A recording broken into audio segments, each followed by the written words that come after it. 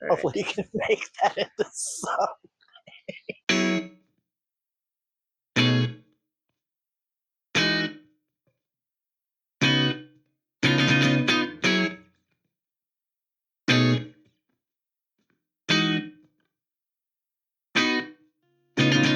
Hey y'all, I'm Jazz, also known as the purple-haired granny.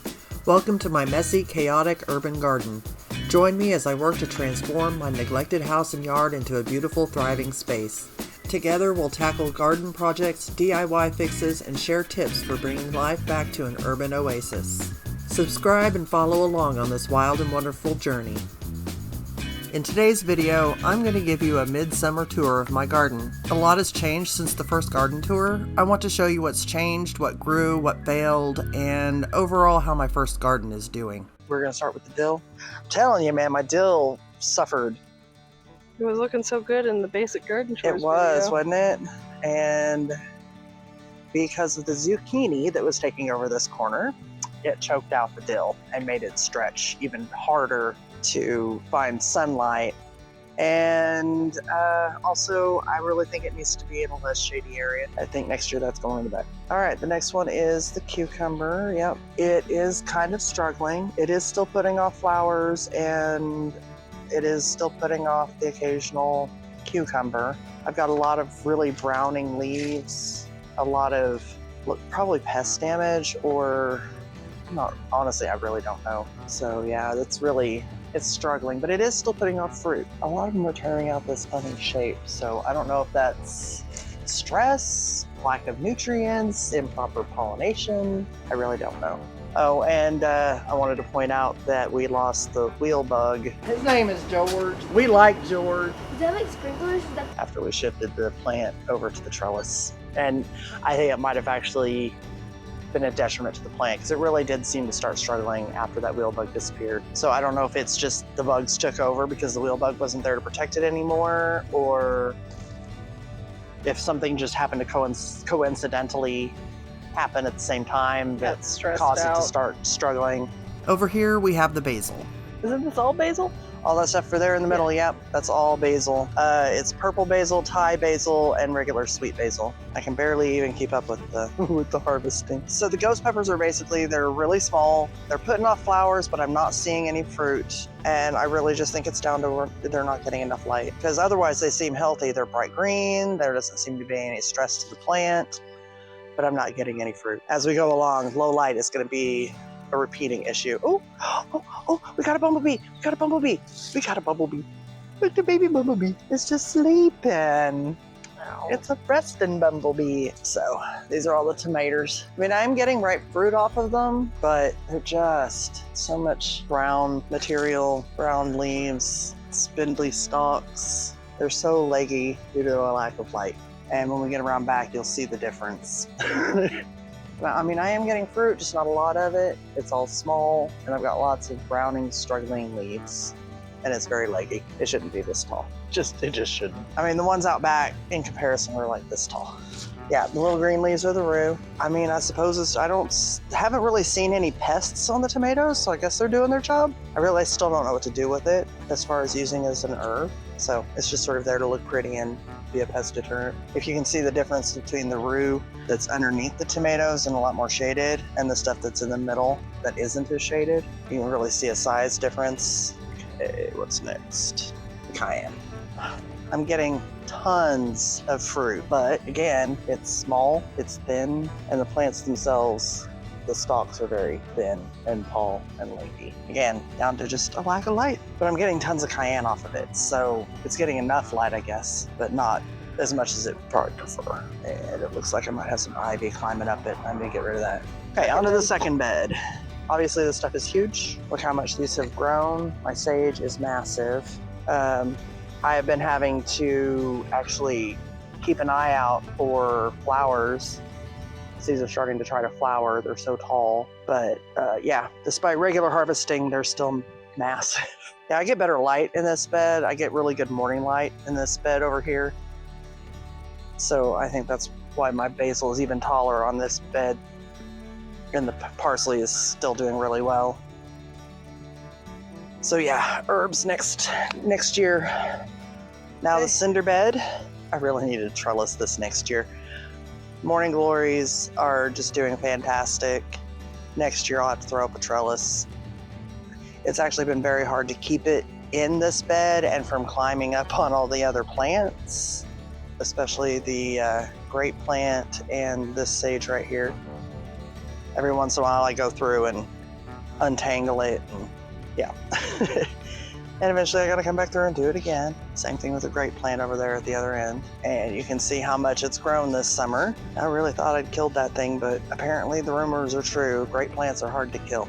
Now the grape plant that's in the first bed, which we overlooked, I do want to transfer it over here by the other grape plant, but I'll probably have to wait until I move the blueberries so I can have the cinder blocks to move over here. I don't think I have enough room for the taproot to really grow, so I'm gonna have to disentangle it from this trellis and put it over next to the other grape plant.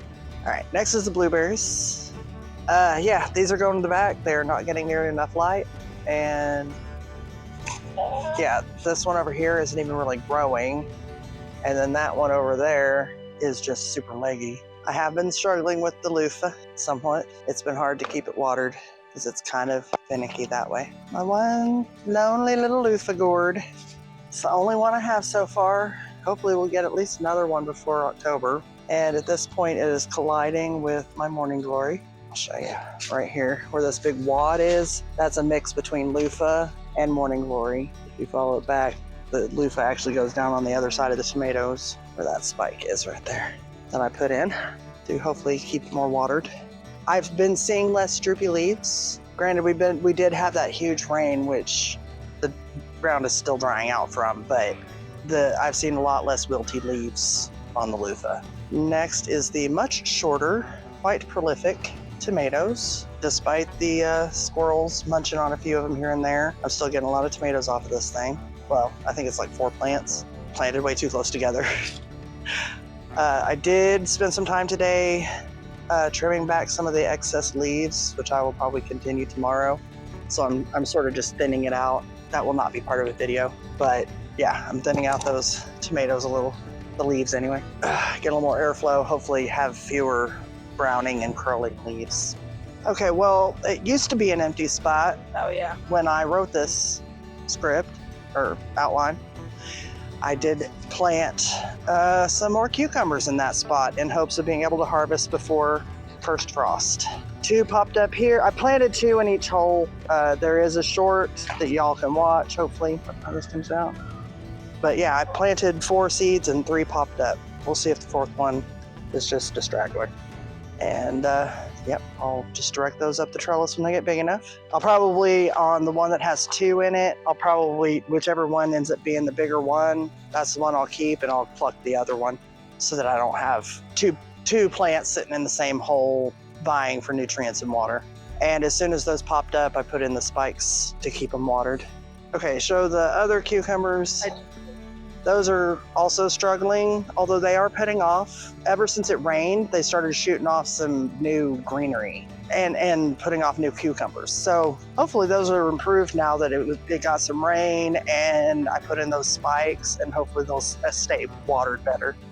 Now, on to my poor blueberry. This will be a future video, but I had to move this guy suddenly, and it's looking even worse than when I moved it. I don't know if it just got a little sunburnt because it's a lot sunnier here than up front, but maybe it just needs some water. That's probably it. Probably needs some water. That very least couldn't hurt. And I will probably end up having to prune it back pretty brutally so that it can start over. Whew, sweaty. Yeah, right. Dude. I'm glistening. All right, so my biggest challenge in the front yard is a lack of sunlight. I get great sunlight in the morning, which is why my morning glories do so well, but by mid-afternoon, it's fully shaded and stays that way throughout most of the day. And because of this, most of the plants are very leggy and not putting off near as much fruit as I would like. Even the cayenne, which is putting off a ton of fruit, is still leggy and the fruit is really small. All right, so my future plans for this space is next year I want to plant mostly herbs and other shade-loving plants out here. I think working with the area that I have right now, is best since I can't really take care of the lack of sunlight. My biggest challenge in this backyard has been getting water back here. The closest spigot is on the side of the house, very far away from here. It's rusted. I can't get a new hose on it, and the hose that's on it does not reach back here. And there's a locked gate in between the two, impossible to use. My other option is to carry water from the front spigot, which is what I've been doing, back here. Eventually, I would like to add another spigot back here in the garden area, but that's a bit cost prohibitive. Because of its cost, it's a distant dream. Maybe one day. Another huge challenge back here is the clay soil. I'm probably going to end up having to till up everything and do some major amending back here to get this soil actually able to grow things. Until then, I will just utilize raised beds and grow from there. I think a lack of nutrients has been my biggest hurdle in getting more than one loofah and good-sized fruit on my tomatoes. My biggest success was the tomatoes. I definitely didn't struggle with as much legginess or browning leaves back here as I did up front. Did I say it right?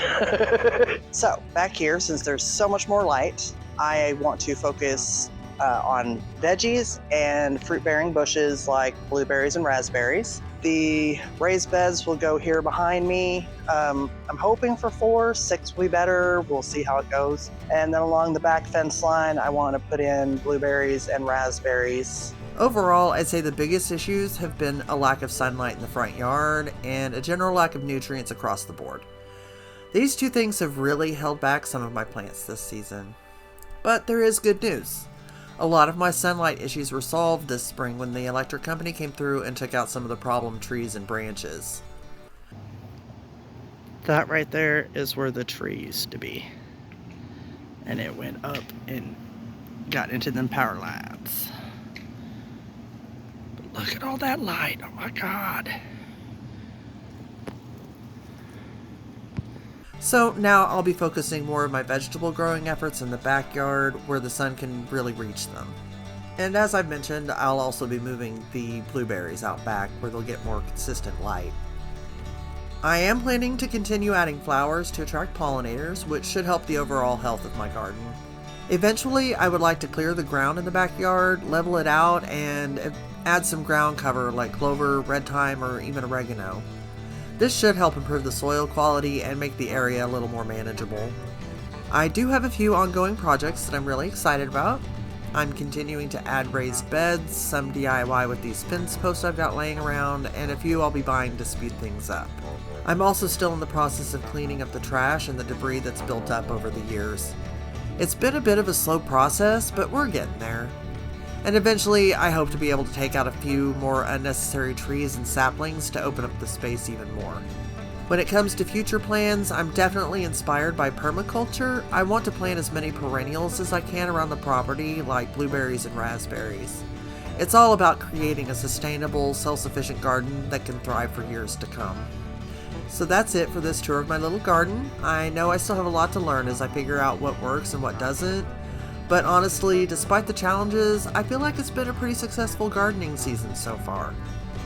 I'd love to hear about your garden experiences too. Please share your successes and struggles in the comments. And if you've got any suggestions or advice, I'm all ears. Leave those down below as well.